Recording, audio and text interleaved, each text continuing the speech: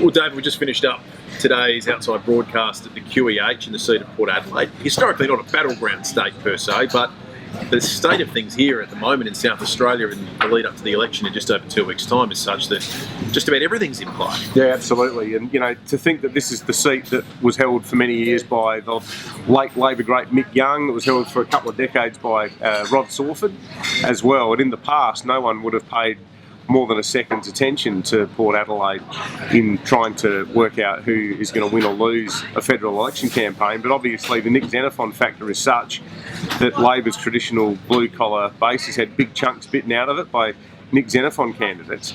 We spoke to Emma Flowerdew, the Liberal candidate, and asked her directly whether she was under orders from head office to run a massively low-profile campaign. Now, which is euphemism for tanking. Yeah, tanking. Exactly.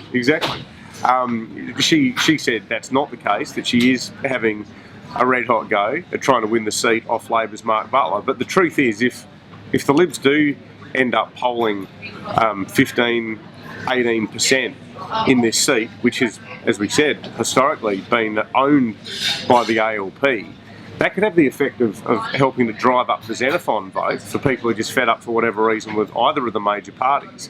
So if Mark Butler doesn't get 50% of the vote, as he has on a number of occasions in the past, he could actually be in a bit of strife, and we could end up with one of the biggest surprises in Australian political history on election night. I think we both expect that it's going to remain Mark Butler's seat. It will remain in Labor hands.